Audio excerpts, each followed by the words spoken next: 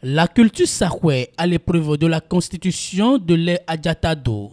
C'est la thématique centrale de cette conférence débat animée ce samedi dans le cadre des festivités marquant la 66e édition de Sakwekwe. Pour Dr Pierre Tossa, l'un des conférenciers, les Sakwe doivent se rendre à l'évidence qu'ils constituent une frange non négligeable dans le découpage sociolinguistique et culturel du Bénin. Il soutient sa thèse avec des données statistiques probantes et récentes.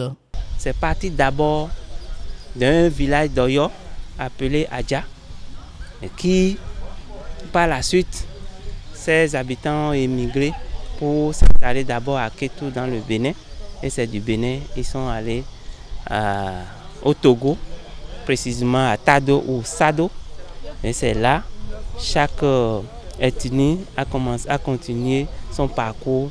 Et aujourd'hui, nous avons, selon les documents consultés, 17 ethnies qui constituent l'ère culturelle Adjatado.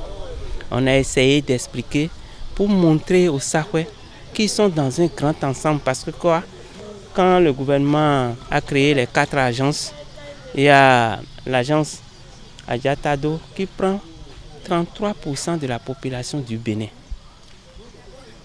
Et c'est l'ère culturelle la plus importante, c'est-à-dire qu'il y a eu beaucoup de population par rapport aux autres. Sakwe étant l'une des 17 ethnies, il faut que ces populations soient informées de l'enjeu pour que ces Sakwe ne se laissent pas, pour qu'ils puissent promouvoir leur patrimoine culturel. À l'unanimité, les intervenants ont déploré avec amertume la non-reconnaissance de la royauté à Kouyokbe par les législateurs. Le maire de Kpomassé exhorte à l'occasion tous les Sakwe à se donner la main pour que l'héritage culturel dont ils sont bénéficiaires soit entretenu et mieux transmis à la génération montante. Après tout, on a appris que le royaume Sakwe n'est pas pris en compte par le gouvernement.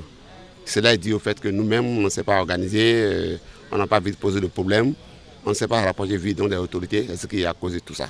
Et même au niveau de l'Assemblée, il paraît que ici, les députés aussi n'ont pas fait grand-chose au niveau de l'Assemblée. Voilà. Donc aujourd'hui, nous avons dit on va tout faire. Même si on n'arrive pas à bien fêter la prochaine fois, lorsque va faire la fête, nous devons nous retrouver un panel, différents panels, pour organiser réellement Sakwe. Il y a aussi Sakwe qui avait organisé une guerre ici et qui avait remporté. Nous avons remporté la guerre, nous avons eu la victoire. Et donc tout ça là doit être aussi notre culture. Nous avons eu de la bravoure, nous avons eu de courage pour affronter les Blancs qui avaient une technologie sophistiquée.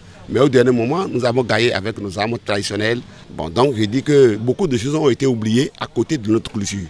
Tout ça va être revu au niveau de la commission que nous allons constituer d'un moment à l'autre pour que tout aille bien. A rappeler que ce même jour, un tournoi de pétanque est organisé en soutien à l'UGS Sakwe Nukun. Les manifestations de ce samedi 12 avril sont allées à terme par une retraite au flambeau qui a conduit les festivaliers de Kouyokbe à Lobogor, puis dans le sens inverse.